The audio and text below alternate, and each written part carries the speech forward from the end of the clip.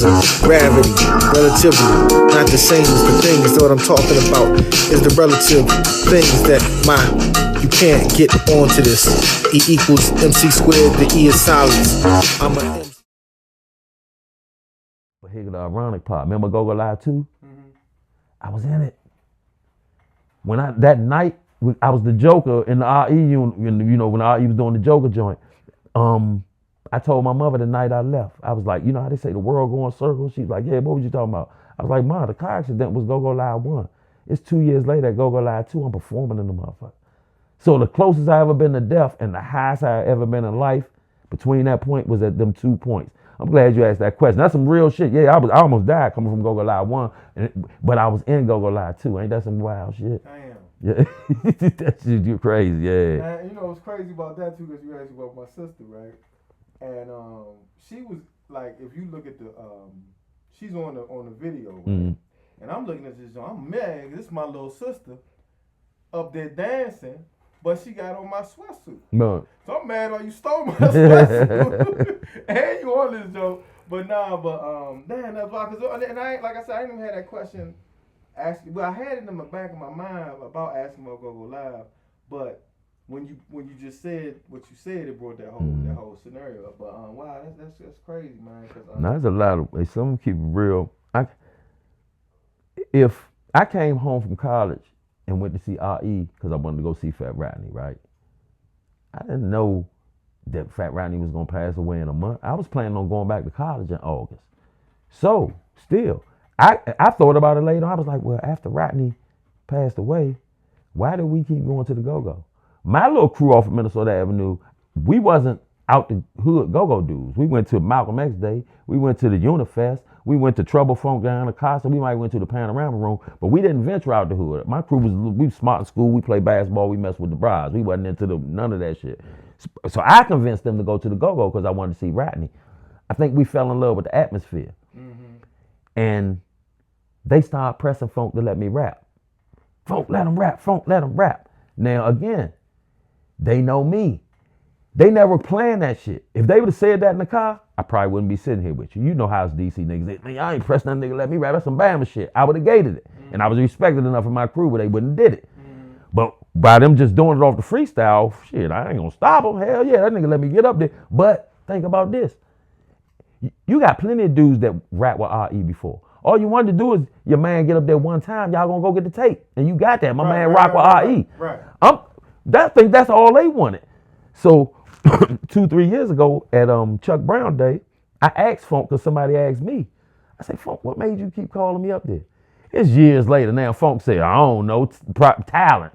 But it still is wild. I'm like, because by the time August came, it was time to go back to school. Shit, I was living my dream. And I left apartment. I left clothes. I left everything down Norfolk. You know what I'm saying? Yeah, because I had already had an apartment and all that my freshman year. I left all that shit there. So yeah, that wasn't even really supposed to happen. That wasn't a plan. RE didn't know me. People probably think RE knew me, and nah, RE ain't know me.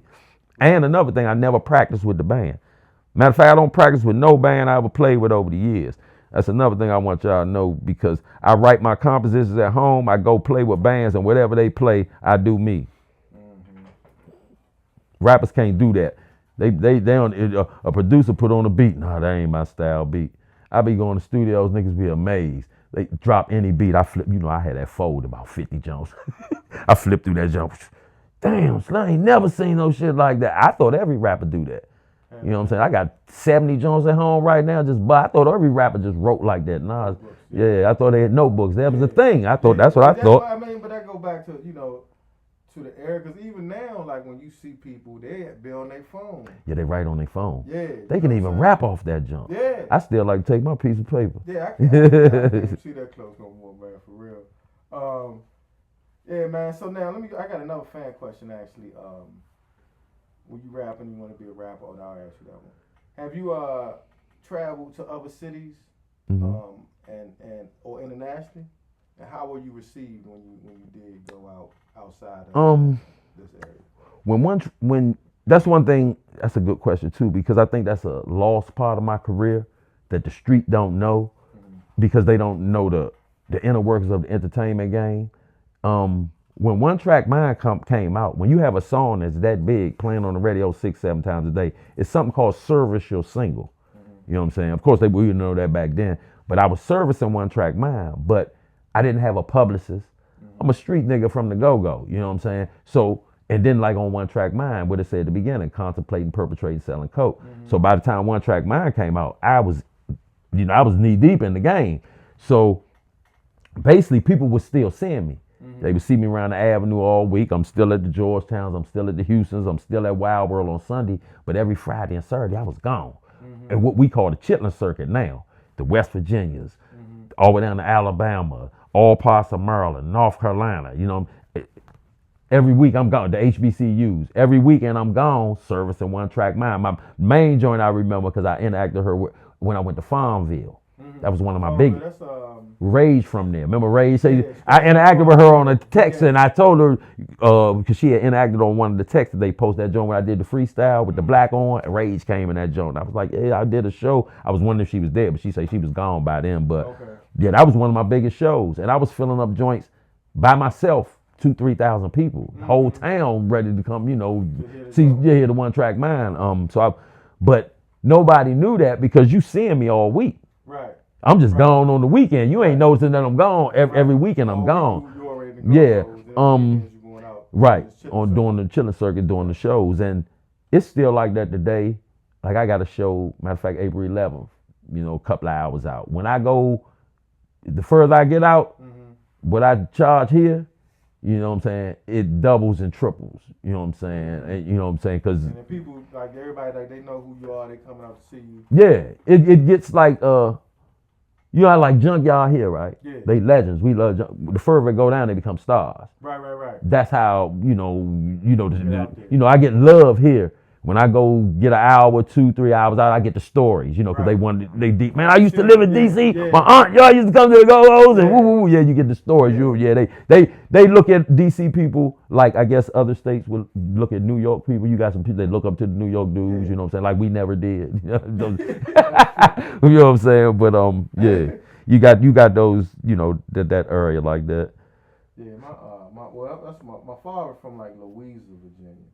Which is, and I know he would always come up here and get stuff like from the vendors and stuff. And just because he was coming from the city, people like, there you go. That's from the city. You know what I'm saying? Exactly. Like, it's from the city. So exactly. They we they city. Yeah, we they big city. Yeah, we are they big city. Now that's going back to that too, because like I said, and we spoke about this having Grand Pool, but I noticed that you did a show with him in '91 at I think. Me and Poopa did a joke? Yeah. You see what I'm saying? There. Where was it at? At Bowie State. The Bowie State homecoming. See, I like when shit say, look, I get to talk about my shit and then they confirm my shit. Even though, you know, I don't do no wellness anyway. I ain't got to, but I like that type of shit because I don't be knowing. I be like, okay, because I used to do joints with Tretch and them too. Naughty by Nature, because I think OPP and One Track Mind was out at the same time. Okay. We was coming, you know what I'm saying? If I ain't get locked up, I probably would have been on the Source that next year.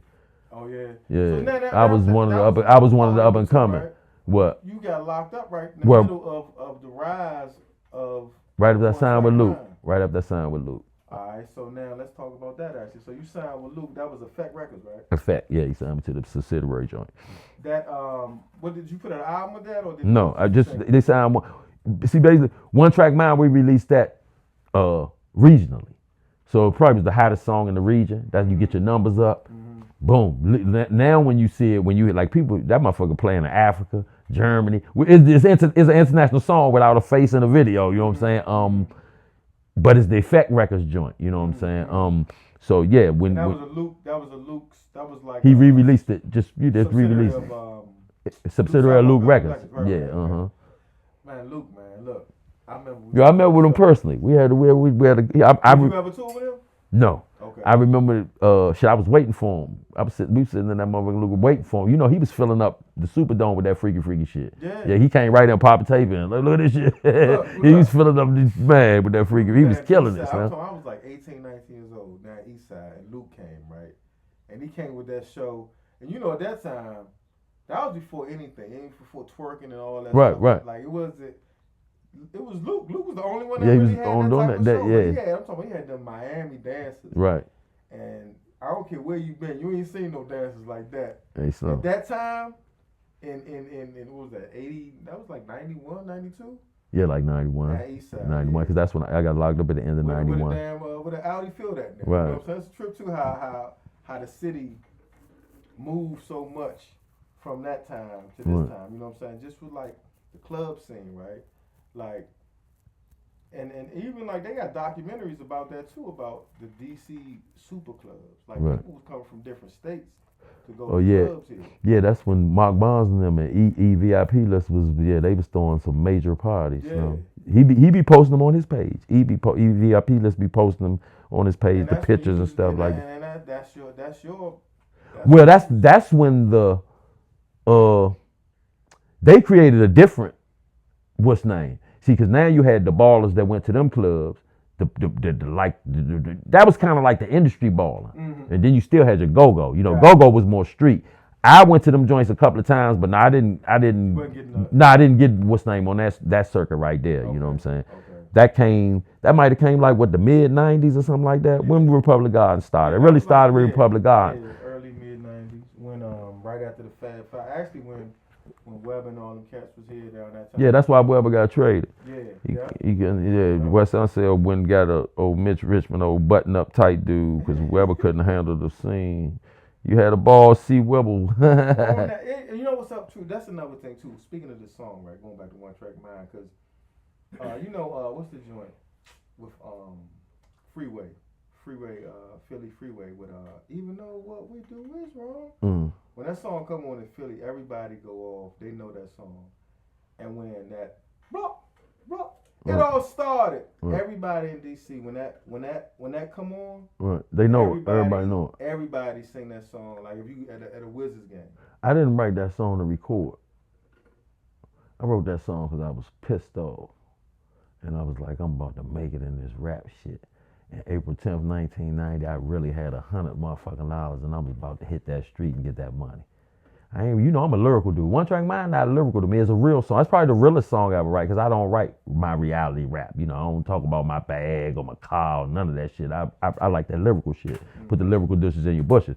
One Track Mind, the realest. But that would be a testimony to a young rapper like Joe. I'm a lyrical dude. I like to spit them lyrics, but the realest song I ever wrote when I was pissed off is the one song I got that's been playing for 30-some motherfucking years. But you know what's about that John too, because it's a lot of realness in that song. Yeah, it is. Say, ask God to be my God, because that's what they told us back then. Yeah. And all that. Come to create. And the wild part about that is my career, if you think about it, even to this day, I tell people, my career is self-maintained. I be like saying, God, man, it's Stinky Dink. I was going to retire at the beginning of this year. And then all of a sudden, my calendar got filled up. And I done been through that. It's like, nah, Slim, you asked for this, and I made you like that. And it's like, nigga, that's the part of you that I like. I like when you go to the club and your people show you love, want to take selfies with you, nigga. And you ain't never had a video or nothing. No, for real, I think God he likes Stinky Dink. You know what I'm saying? Because I'd have been, come on, Joe, I ain't never really got nothing up off of it but the props and the love, and I'm a legend. I ain't never monetarily benefited off of Stinky Dink. You know what I'm saying? As far as changing lives, right. But I got life-changing talent. So it'd been frustrating. When I'm, you know what I'm saying? But you can eat off of that. Well, now I came out the other side of the tunnel. Right. I'm just talking about the journey and going through it and realizing that, Slim, damn, you 55. People still want to hear you. Every time you leave out your door, you get love for who you are. You know what I'm saying? You still get booked for shows. You know what I'm saying? At 55, and you got a record that's probably going to outlive you. A lot of people from the industry done put out songs and albums. One thing I do say, I'll be like, this a light brag, but I know if it was anybody else, you would know this. And they know it because One Track Mind been out before most of the songs. Slim, it ain't a song that ever been from the DMV as consistent as One Track Mind. The songs that came out before One Track Mind don't play no more. Right. You might hear them every now and then. Right. No, One Track Mind damn near like still in rotation. People be calling me, that's you on the radio, Scrap. They playing it at the party. You know what I'm saying? It's 37 years, dog. Yeah, because niggas done put out platinum albums 2 and 3. Yeah. Platinum hits. That's why I say, if you measure my shit by the industry, you got regular rappers out here that done went down to Atlanta, been in the studio with T.I., met Busta Rhymes. Some people, that's their accomplishments. I ain't did none of that shit. Right. Yeah, nigga, I remember we was down ATL, we was with Boosie and them. Shit ain't amount to nothing. You know what I'm saying? But that's part of the accomplishment. Right. I don't got none of that shit. Right. You know what I'm saying? My shit all concrete. It's real. You know what I'm saying? For real, Slim. I think my career is one of the realest in rap. Because I don't have a video or the public don't know me, but I'm here getting interviewed by you. Yeah. No, You know, I got an interview with Scooby and Dirk and them the 13th. I got shows, you know, I got a show Saturday, I got a show the Saturday after that. So it's a blessing, man. For instance, God control my joint. I don't got nothing to do with this joint. I asked for it and he just run that joint. I did, be careful what you ask for. Because I didn't ask for no money. Yeah. I ain't gonna lie. I just said, Rickety Raw, small son of a gun. He's like, there you go, champ. And even what you said, you just wanted to rock the because it was a line in the joint when you said $25 a show or go. Tell me how that. Oh, that's what he was paying me at the time, right? So now they was just well, I guess they was just like, here you go. Yeah, pretty much, probably. And that's a trip too, because that's what I don't even want to get too deep on that. Yeah, they probably like, here you go. Right? Because I told my people were signed to them, right? And this was before Foots passed, right? And really, cause and I know like it was Donnell Floyd is Foots, and they had this vision where they wanted to actually make, from what I could see, I was like Jerobi from Tribe Called Quest. Mm. Like my boys was the rappers. I was on the outside, on the inside. You see what I'm saying? I wasn't. Comedy was my lane. But with the whole like with the whole thing with Colossal Records and just. And I think records in general, like they was playing it like they had it like they was running like a record label, right? Like I don't know. I never had no doings with Colossal. Yeah, what was $55 Motel was on Colossal, right? $55 Motel. They had, was Hustler Scorpio Joan on it? Nah, it okay. wasn't. But and that's what I want to ask you about too, because this is going to Puffy, right? Now Puffy, I saw an interview talking about Puffy doing something with Vinny D. He used to dance for Vinny D. Yeah. And we was about to get in a fight. He was going to rumble with us. Who? Puffy. Oh yeah. This at ours. I don't even want to talk about him. Ain't this my shit? We talk about too many other niggas right now. I was out before them. Puffy was a student of Howard when I was running when the city was mine. That's because I was going to ask you about what you said about Fat Rodney and how Puffy they kind of took the big. Like I said, not stole. I ain't gonna say stole, but I Biggie is like a Fat Rodney to us, right? But the universe works certain ways. It could be a coincidence, but like I said on that other joint, to a DC old school nigga, it's like shit. Cause you was up here, you was embracing our culture. Biggie putting on Coogee sweaters and shit. That's our shit. You know what I'm saying? Yeah, it's like he get a Fat Fly nigga. He seen Fat Rodney, say, damn, and he was a smart nigga, Fat Fly nigga. That's what it looked like to us. Of course, a New York nigga gonna be like, nah. So you can't even finalize that argument. You know what I'm saying? So it's like it is what it is. Well, that would go through the whole thing too, because it was something that I heard you say on another interview as well, and it's going to just DC in general. Like we 61 square miles, right, of land. Oh yeah, we shouldn't even be in the conversations. But it's like, and I'm going with DOS effects, right? From people say that they might have taken the Rickety Raw. I think what happens with DC, and it was kind of what we talked about earlier, which was, when you put something out in the universe gonna pick it up. Right. But what I noticed about DC is that we put things out first. Right. Right, and then the universe claim that jump. Duke Ellington, right? He took jazz, innovated it, and then jazz became what Duke Ellington did. Marvin Gaye did the same thing with soul. Right. Go-Go was a creation. And I also look at, speaking of Tim's, Nike boots, New Balance. Yeah, everybody claim that. Come on, Joe. I don't care what they talking about. See, and this how I break that down to people. And they stole his fat. Now, Kanye and Kanye said it. Kanye, he came up here and got fly. But both. And I was trying to explain this to him, like, it ain't no slight to you. It's just the truth. It's just the facts.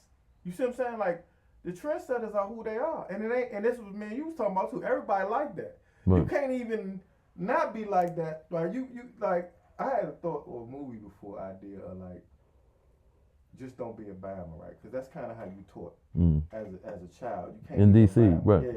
And then the Bama, it's an unwritten. Yeah, it's unwritten. Yeah, it's just. And it go from that family ties, and everybody in DC being in that close knit circle, but everybody also being related. So it's like your cousins is you outdressing your cousins and you competing against them. And I think that, well, I guess my question for that is, like, speaking of DC, do you think that keeps DC? Hell, but what? Like, we can't go past that because we so. Do it hold us back? Yeah.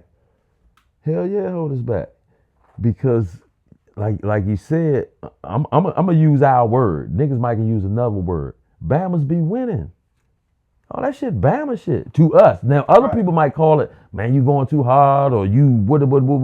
But yeah, Bama's be winning. It's just the world more accepting of Bama shit right now, and we not. So yeah, that's gonna hold you back. When you're man, you don't want, our youngest, it just might be in them. You might have a 20-year-old that's like, I'm gonna give you a perfect example. Perfect example. After all these documentaries came out of all these hip hop rappers that we respect, and some people feel like they gangsters, right? We just seen all these stories come out, and we feel sorry for these dudes because these niggas was going up in niggas' studios getting handled this way, and Puffy was doing that. Now niggas willing to tell that shit. They done got soft age, I guess. Yeah, man, he was doing this, he was doing that. I've been in DC all my life. We not naturally big dudes or none of that shit. You know what I'm saying? I can't think of 5 niggas that would have been out Cali in the studio getting kicked in the butt by a gang every time they got to fucking record. Right. I don't give a fuck what y'all talking about. Right. That ain't our mentality, but I think the industry know that. They complain about jail. Every time we go to college, we got to stomp it down. We got to let them know. They know, Joe. We too fucking small to even be in the conversations. It's townships inside of your state that's bigger than DC. They ain't never said DC versus no township, DC versus no borough. It's the whole fucking state. Right. It don't even sound right. I think some of the people don't know how small we are. Right. But our OGs, our grandfathers, our mothers, they laid that shit down and they just gave it to us. It was something about the people that stopped right here in this mumbo town. Right. We different, Joe. I've been around. We different. Yeah. And I think one of the, you're not gonna carry us. Right. And I think a lot of that goes on in hip hop. They do a lot of playing. You know how them niggas come up and might hump on their butt and shit. That's playing to them. Right. To us, we not going for that shit, Joe. You're going to have to find some special type dude, especially back in the day. Right. You know what I'm saying? That's why they had so many problems in that penitentiary. Right. These niggas not going for it. And that's why they call it the DC blacks like it's a gang. No, it's just niggas from DC. We do that everywhere. Yeah. It's a code. Yeah, it's a code. We used to do that shit at the Freak Nicks and shit. We be at home, be beefing like a motherfucker. Get down that Freak Nick and all that niggas DC. Yeah, we can spot each other and see this where they be. I know where they welling at. If you from one of them other spots, you ain't never been out of town and had on some New Balance in the bra. Say, oh, he must be from New York. He got on New Balance. Never. Right.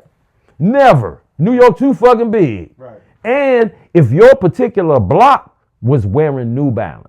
Right? Your particular, whatever them blocks is, 286 and V was wearing New Balance. And that whole little section. It didn't take over all of New York. It's too big. When a fad takes over DC, a strong fad, nigga, Southeast to Uptown wearing that shit. That's what we mean when we say we started it. Your borough might have been wearing it. Our whole city was wearing Super Tims. Our whole city was wearing Moss Brown. Our whole city was wearing C-Rack suits. Our whole city was wearing Nike boots. That's what we mean when we say we started it. Right. Y'all states are too big for everybody to do the same thing. We all be doing the same shit. You know, that's just what it is. And I think, like you said, we know what it is, and other people try to tell us what it is, kind of thing. You know what I mean? Yeah. You already know. So and it's something they don't like about it because I know the prison dudes, they like to point out, you know, the little booty band and shit. They always like to point that out. They don't like to point the other shit out. Right. You know what I'm saying? Now let me ask you this too. You ever been to New Orleans before? Nope. New Orleans and DC got a lot alike, right? Where the live music is a thing, right? Like, but they in their pockets too. Like I be seeing them people dancing down that rope. Yeah, the second line. That shit looking tight. Man, Yeah, they be getting it in. That's what it's called, second line. Yeah, I be seeing they it. got their own, like, it's like New Orleans. I went to New Orleans like about 4 or 5 times last year, right? And I fell in love with it because I'm like, man, it's so much like DC that, meaning like they got their own talk, they got their own style, and they got their own music. And if you don't understand it, that's all right. Right. They where they at. No, but I ain't. They in their pocket, and that pocket is even when they dance, it look like go-go, but the pocket just a little bit different. It don't drop. It just like bum bum bum bum bum bum. But the go-go drop. But when you see them dance, and it's like, man, and it's black too. Now them boys seem pretty thorough. Yeah. The ones that then came out and they seem pretty. Yeah. I can't say they do no Bama shit. I don't really be seeing them New Orleans cats do no Bama, what they call Bama shit. Yeah, no, it's just it tripped me out with just how like I said, we both got the same. It's almost like if you go there, it's like the same kind of thing. Like I said, and I think the bands and the live music got something to do with it because it's something about hearing the live band first of all, right? Like actually seeing musicians play.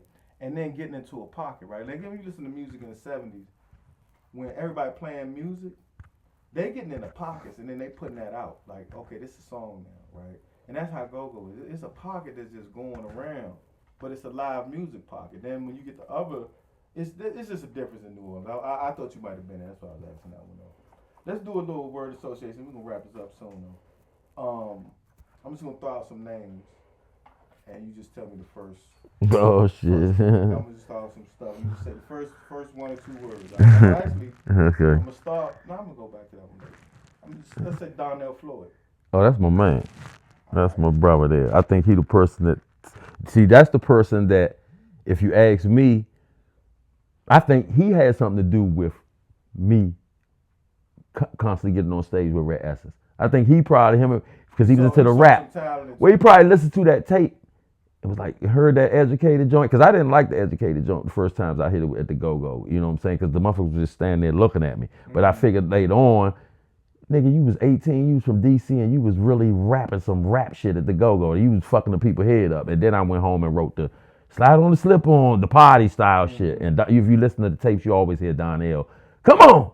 He was my Flavor Flav before he was keeping me in the pocket. He knew I was an amateur, Joe. He probably was my metronome at that time. You know what I'm saying? So Donnell, that's my man. He actually wanted to be a rapper too, like. Well, he can go. He just got his own style. Nah, that's a trip too. All right, DC Scorpio. That's Big Bro. All right, Heavy One. Damn, Heavy man, much love. All right. Damn, that was a good one. Black Hole. Look, I'm gonna throw y'all a loop at the Black Hole. The Black Hole is legendary, but I'm a club nigga, the Metro Club and shit like that. The Black Hole, I mean, it was alright to me. Yeah, it was alright. You know what I'm saying? I'm a club nigga. I like the, you know what I'm saying? It was breezes for you. Yeah, it was Metro, Ibex, shit like triples for me. You know, because there wasn't no drinks in the Black Hole. You had to get fried outside the joint. You know what I'm saying? All that.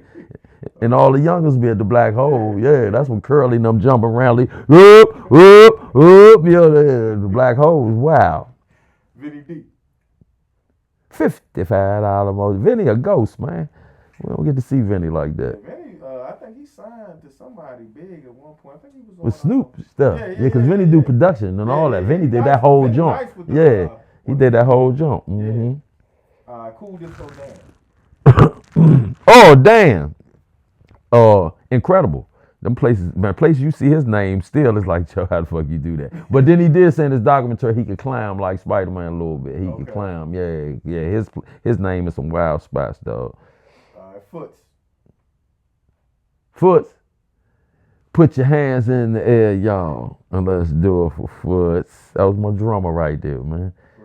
I'm sorry, I roomed with Foots one time. We played down, I think it was down Norfolk, down Hampton. Me a room with Foots, man. You had a room with him? Yeah, you know, we just was signed to the same room when I was in the band and shit. Yeah. Cherries. Oh my God, that's even worse than the Black Hole. We old now, Slim. I'm keeping real. You. I know y'all niggas on that side of town, nigga. I likes the bun buns, and do not tell me you got no bun buns up cherries. Nigga, I like the buns in my parties and the good drinks. And Cherries did not have the buns or the drinks. The Black Hole had a little bit of buns, but they had the drinks. All right. Big G. Oh, Big G, that's the young icon. That's what's up. Jungle Boogie. Jungle Boogie, that's the old icon. I be seeing Boogie. Boogie live around my way. I see Boogie every day, yeah. Okay. Smoke. The best. Chuck Brown. The Godfather. Pops.